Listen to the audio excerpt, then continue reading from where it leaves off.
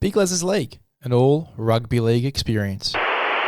Hello, welcome back to Big LEZ'S League, an all rugby league experience. I'm your host, Big Les. Welcome back to the drawing board recap show. We're going to be going through our score for round number 2. We're going to reflect on the highest achiever, the lowest achiever, go through our trades, and then obviously discuss how our side is going to look going into round 3 before Team List Tuesday, then the Thursday show. We'll record it Wednesday night. It'll come out Thursday morning or throughout the day. That's going to be more so concrete. We're going to be knowing exactly what our team is going to look like. Any final changes that I make throughout the week. After Team List Tuesday, if the trades have changed, we'll go through that as well. But at the moment, just going through a little bit more of a review show and then making some changes. So let's reflect on what we got in round 2. Round 2, I wouldn't say it's an ugly round. It's still a pretty decent round. I think that I suffered at the hand of a lot of poor scores from stars. I thought we were going to go a lot better. It was 1,072.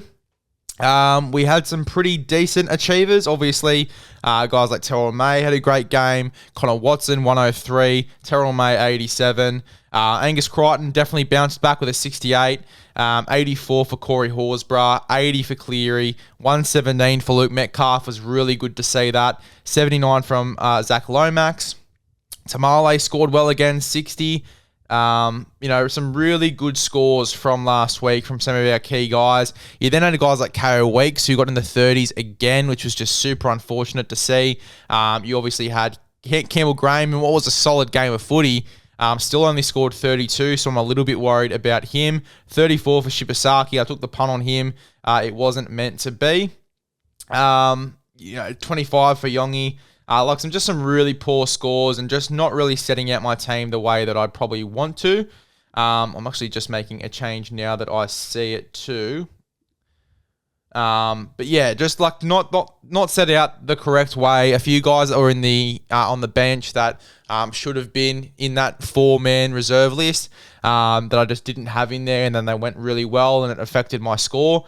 But going into this week, we're going to be a lot smarter with it. We've made 3 trades, so we've used our first boost of the year, and it's out of pure necessity. We said that we were going to leave the first week, and then we look at the second week of footy and reassess from there. If scores were to back up from guys that I needed to go well, then we'd obviously make a change from there, and we've certainly done that going into this week.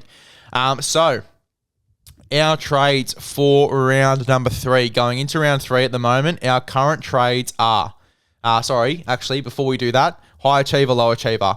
The high achiever of last week, it was Luke Metcalf. Really, really solid week from him. 117 SuperCoach points, particularly bouncing back from the previous week. It was really good to see him go well. A real cheapie there at 443k. A lot of people traded him. I think 30% of SuperCoaches that had him traded him. So he got traded out by a lot of people, and he went really well. 117 scoreline. It's the highest out of anyone in my team, and keen to see if he can back it up going into next week. The low achiever, I'm not sure if they're still in the team, so I'm not sure if I'll be able to see their score. I think it was it might have even been Isaiah Yongi here. I think it was Isaiah Yongi, 25. Just not the scoreline we want to see from him. I know Yongi, Campbell Graham, KO Weeks were really, really poor for me, and it really hurt my SuperCoach score at the back end. Adam Fanua-Blake as well, only a 46 score, played 50 minutes still. Just not what you want to see from Adam Fanua-Blake, especially at that 700k mark. The interesting thing is as well, there's a lot of rumours around the Roosters, Nafau White. He'll probably go back to the bench. Collins, Radley, a lot of guys coming back into their side this week for the Roosters. There's set to be a lot of changes, and it sounds like, from what I'm hearing, that Nafau White could be one of those changes and he could go to the bench. So I can't just trade straight away for him, hence why Adam Fanua-Blake obviously still in my side at the moment, but just sort of waiting to see what happens there as well. But certainly not looking to trade Adam Fanua-Blake after 1 week, but Nafau White was the big pod play of last year, and already there's a bit of dramas around there. I mean, what I could do as well is I could put Corey Horsburgh into the front row. That's why I've got the pod there, Ethan Roberts, who I can move into the second row, and then I can just leave it as that and trade Fanua-Blake, get a guy Yeah, that can just be a backup front rower or back rower, however that's going to work. I think that we could definitely work it out like that for sure. Or just trade Adam Fanua-Blake for another position. We'll have to wait and see. But yeah, look, that's sort of my thinking. I'm not looking to make too many hectic changes going into next week because I think that the changes that I've made already using the boost, I sort of want to save those trades up for a little bit later in the year, and I just don't want to waste too many. We've also got 61K in the salary cap as well. Currently just sitting there after these trades when previously we had 19K. So looking pretty good going into the next few weeks. Now, the trades that I did make, getting back to it. The first guy that I traded after last week, 731K. Reece Walsh had to get out of there. Not a score of 9. If that's the floor that we're going to get from Reece Walsh, I've just got to get out of there now. I don't want to wait until he drops 100K or so and suffer with the poor score lines. You're paying that much money for him.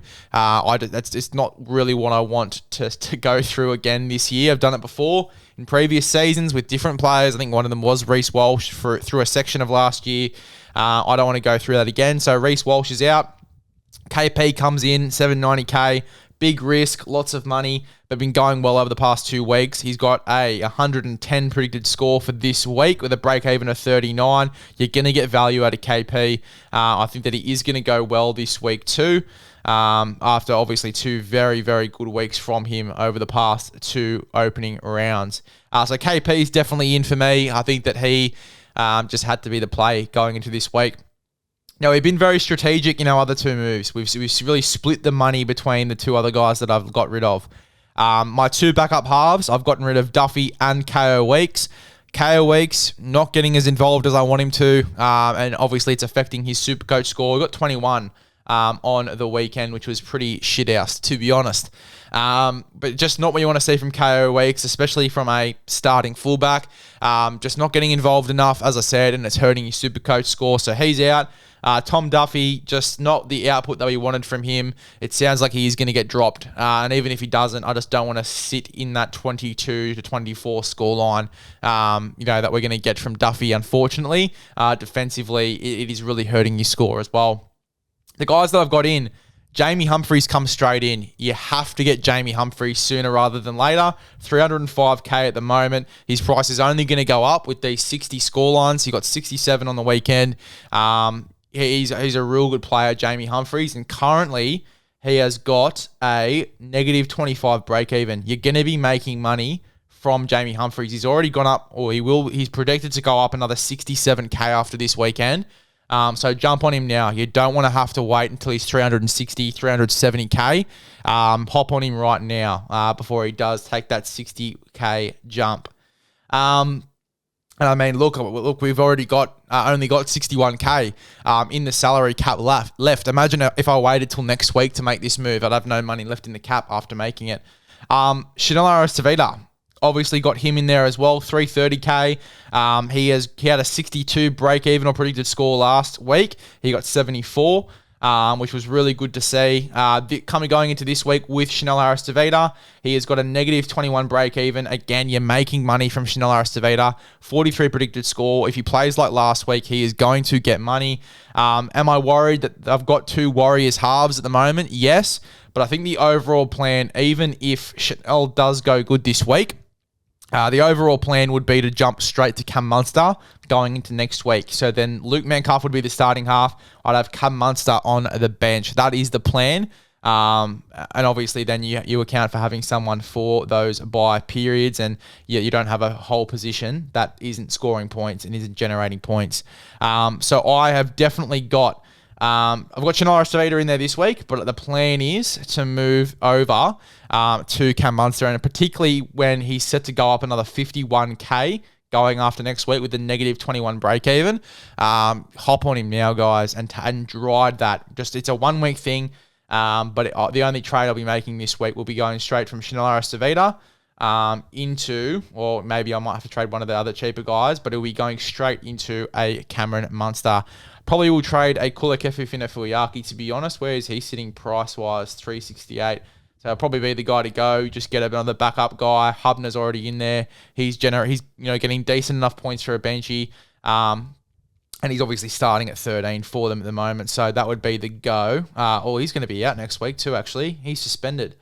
We'll go to Kobe Hetherington. Not too bad. Kobe Hetherington, we'll take him as a benchy. Just realised that. Good that we're having, literally thinking on the go. And I think that's the whole point of this show as well.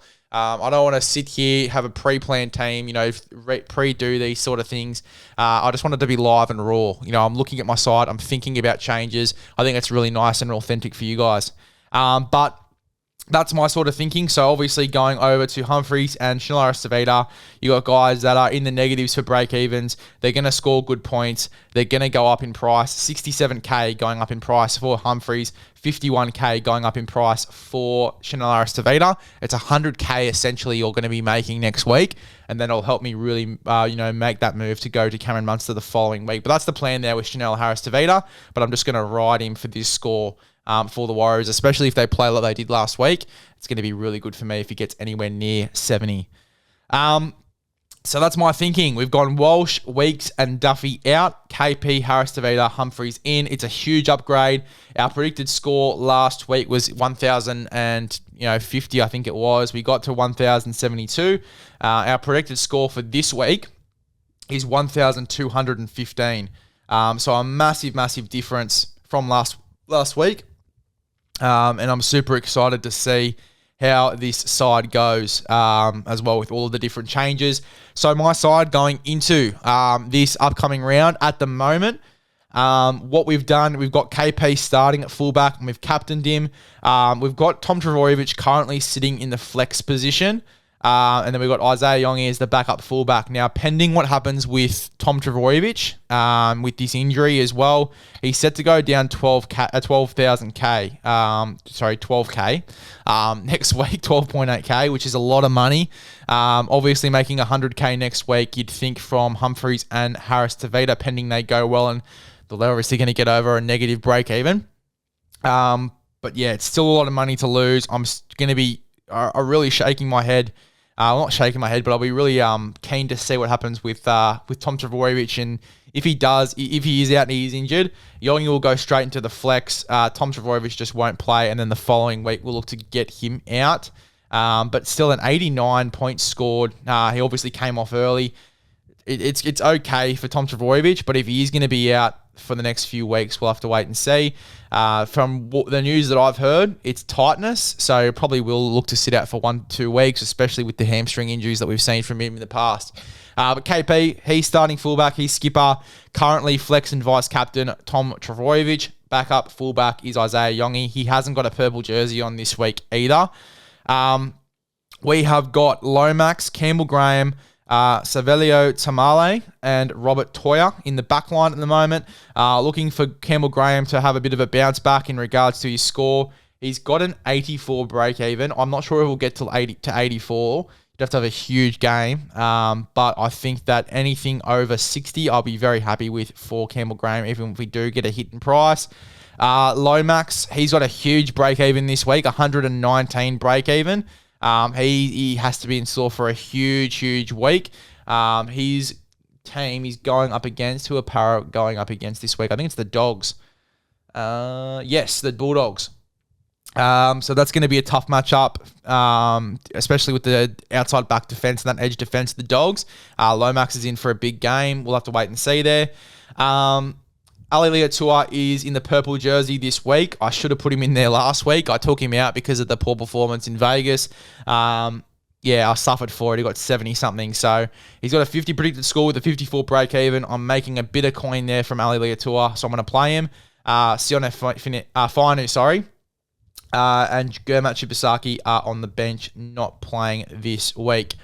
We've got Cleary at 7. Backup 7 is Jamie Humphreys. We have got Luke Metcalf at 6, and our backup 6 is Chanel Harris-Tavita. Second row forwards, we have got Angus Crichton, Paddy Carrigan, Corey Horsburgh. Probably one of the better back row combos in the game. Angus Crichton, a huge break even this week, 117. He is currently got a 69 predicted score. I think that he will get close to 100 this week. It doesn't really matter who he's versing. I think that he's in for a huge week.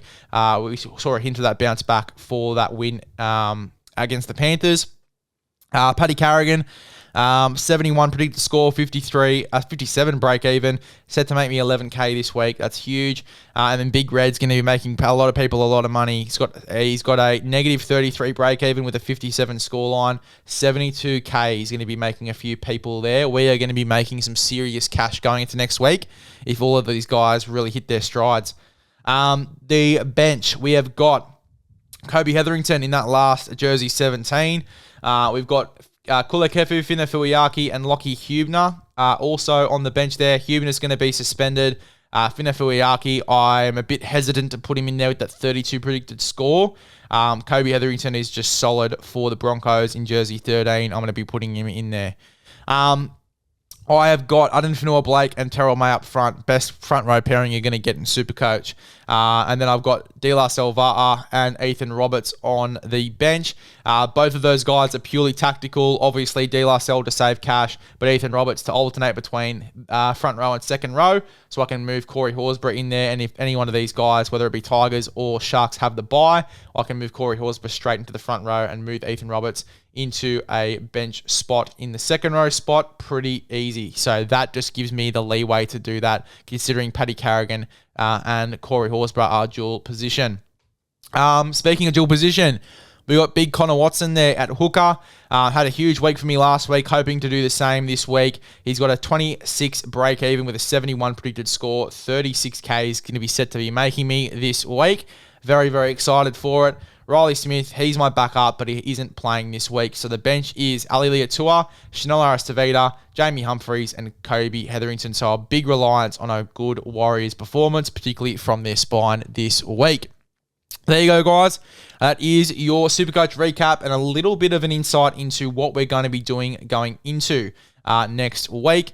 Our official team list will come out closer to the start of the round. Obviously, we did post it a little bit earlier last week. I'm going to sort of wait a little bit this week just in case we do make changes, but you'll be able to see our trades on the Instagram page, Big LEZ'S League _. Make sure to give us a follow. Make sure to subscribe, guys. Like, subscribe, become a part of the Big LEZ'S League community. We'll see you guys in the next one.